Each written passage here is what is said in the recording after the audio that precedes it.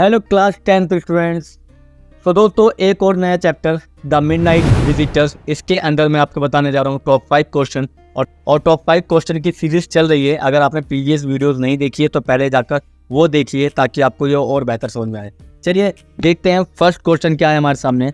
First question है describe Fowler's reaction after entering Ausable's hotel room. यानी Fowler's वही है जो ओजेबल के साथ गया था, अब उसका रिएक्शन भी आपको बताना है। सो देखिए आंसर क्या है। आंसर है initially Ausable got a shock to see Max in his room but he remained calm.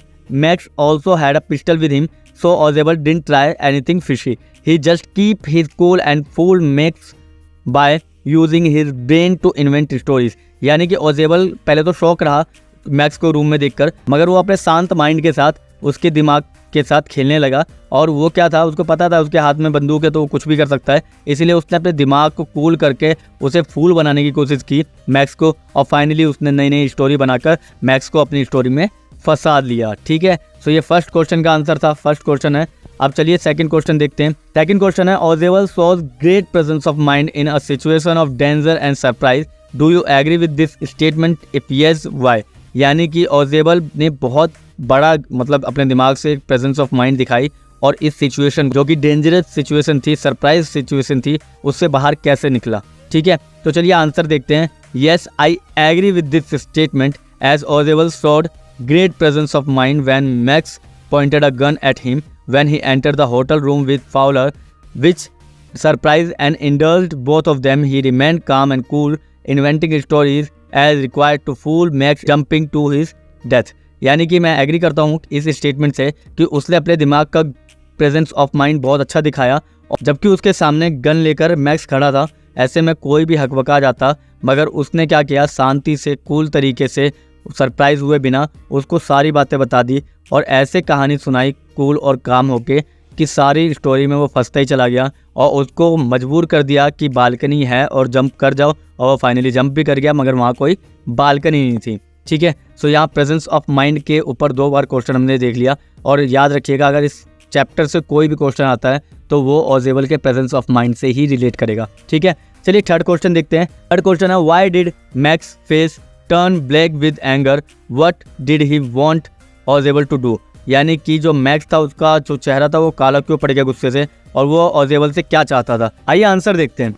Max का जो फेस है वो काला इसलिए पड़ गया गुस्से से क्योंकि उसको लगा था कि वो सारे डॉक्यूमेंट खुद निकाल के देगा ओजेबल, मगर उसको क्या हुआ, उसने बोला कि मैं तो नहीं लेकर आऊँगा, मुझे पता है कि इतने इंपॉर्टेंट कागज़ मैं खुद लेकर आऊँगा तो कोई ना कोई छीन लेगा या कोई ना कोई दिमाग लगा देगा, इसलिए मैंने पहले ही क्या किया, पुलिस को बता देता और अभी पुलिस लेकर ही आ रही होगी। He wanted Ausable to send the police away, और वो चाह रहा था कि पुलिस से जो पुलिस नॉक कर रही है उसको वो भगा दे, यानी कि जो ओजेबल है वो मना करते हैं कि यहाँ कोई नहीं है और वो डॉक्यूमेंट लेकर उसको मैक्स को दे दे। तो ये थर्ड क्वेश्चन था, और थर्ड क्वेश्चन में उससे बोला कि मैक्स जो था उसका फेस काला क्यों हो गया गुस्से से, क्योंकि उसको पता था कि यहाँ कोई पुलिस नहीं आने वाली है, मगर ओजेबल ने उसको बता दिया कि यहाँ पुलिस आने वाली है, जिसको मैंने पहले ही बता दिया था कि डॉक्यूमेंट मेरे पास है।